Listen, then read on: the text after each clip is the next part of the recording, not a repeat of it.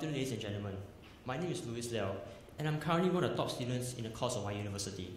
I'm a national sailor, I'm an entrepreneur of my own startup, but most importantly of all, I'm dyslexic and I have ADHD.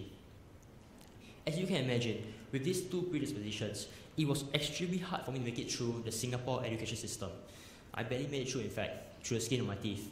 I almost retained multiple times in JC and in secondary school. I started in St. Helens Primary School. Then after, I went on to the Singapore Sports School for 2 years. Then Anglo-Chinese School Independent for another 2 years. And lastly, Victoria Junior College for the last 2 years, before I went on to university, where I'm at now. As the MC has mentioned, I'm currently in a Concurrent Degree Programme, doing my undergraduate honours in Information Systems with NUS, and also my Masters in Philosophy of Business Management from Cambridge Business School. Primary school for me was one of the worst times of my life. I was a horrible student in terms of conduct, the worst you can imagine, and the worst you hope to not meet. All of you here probably know what the primary school card looks like. Every semester we get one, and this small section for the teacher to write their comments for our parents to see and sign. While most students got 1 or 2 lines, I got half a page or a few paragraphs at the very least. Over the years, a few key phrases emerged. Year after year, I always see this. Stuff like underperforming, disruptive, unattentive, just to name a few. Semester after semester after semester, these few phrases repeated itself. The teachers regarded me as a kid with problematic attitude, and they even passed notes from year to year, so my new teacher will know what my previous teacher experienced. I was that bad.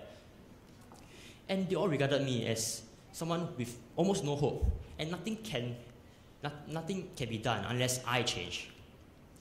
I do not blame them for this, as in a class of 40 students, it's extremely hard for any of you to focus attention and time onto one specific kid. It got so bad that some teachers even got sick and tired of punishing me. Instead, they made me move my table into a corner by myself, so I would not give off my negative influence to others. One of the worst experiences was the teacher calling my parents. This occurred almost every other week. And when I suspect that my parents might call me, I will actually go home in the afternoon and I unplug my home phone and leave it unplugged for the rest of the day. I was only identified with dyslexia and ADHD when I was in sports school when I was 14. It was at that time that this teacher, Mr. Raymond Mark, who I'm immensely thankful for, he's my science teacher, he realized, after teaching me for 1 year or so, he realized that there's something wrong. So he took the time to sit me down with my parents. I thought that, oh no, here we go, another round. But no, this time was a bit different. He sat me down and he said to my parents, first thing he said was, you know what, Louis is quite a smart kid. For some reason, he's not doing well in school. So he recommended my parents to take me for IQ tests and for the psychometric profiling to see if something wrong or not, in fact. And he was right. Then after, I was diagnosed with dyslexia and ADHD. In those years, my results were average at best. I was not suited for the classroom and education system that we have here in Singapore, nor the style in place.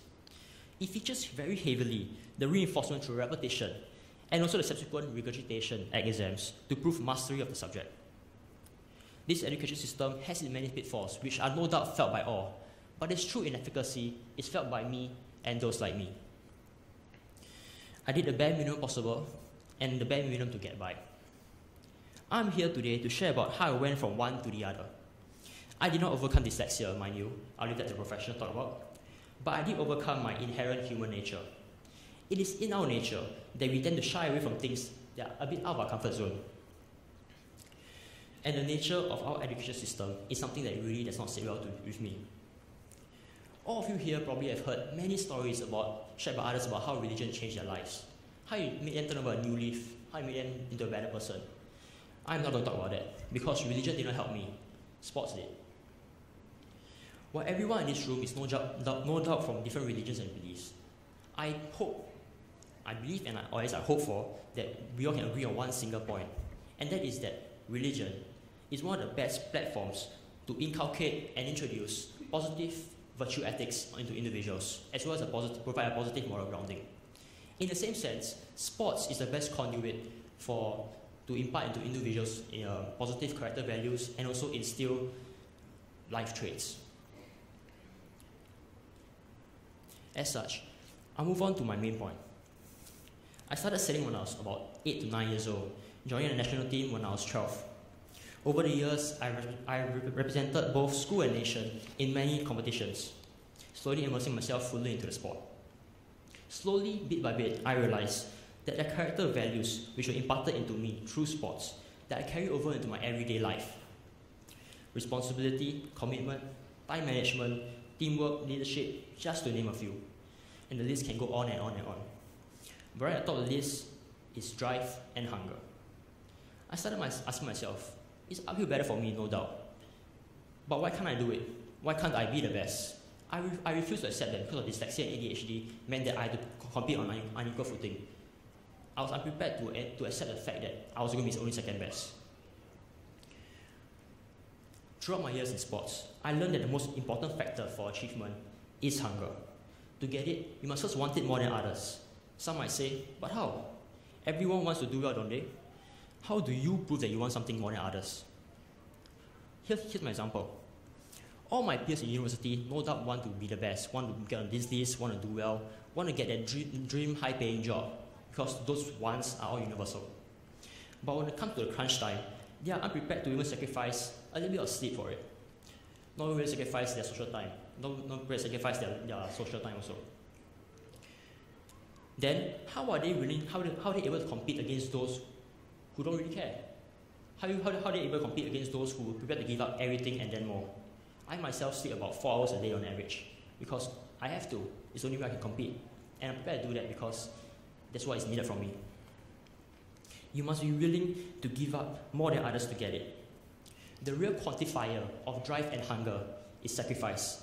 It is measured by what we are willing to give up for our goal. If you're hungry enough, you will stop at nothing to achieve what you deserve. Unhealthy? Yeah, maybe. But it's no doubt effective. Next comes the question of how do you sustain that drive, that passion? I believe that in all of us, we hold an ideal mental image of ourselves in our heads, what we hope to be, what we hope others to see us as, in 5, 10, or maybe even 20 years. And the rule of thumb is as follows. If you end the day not one step closer to the ideal mental image, then you have wasted the day. I see mine every time I close my eyes, so real I can almost taste it. I believe everything in this life that's worth doing is worth overdoing. That motivation does not exist for those who are hungry enough. If you think training is hard, try losing. If you think studying is troublesome, try failing. And most importantly here today, I must thank my parents and everyone who supported me along the way for everything they have done for me, for everything they have done to make me into who I am today, for all the resources they have spent on me, and for even all the words of encouragement they said to me, because of all you know, the right word at the right time can make all the difference in the world.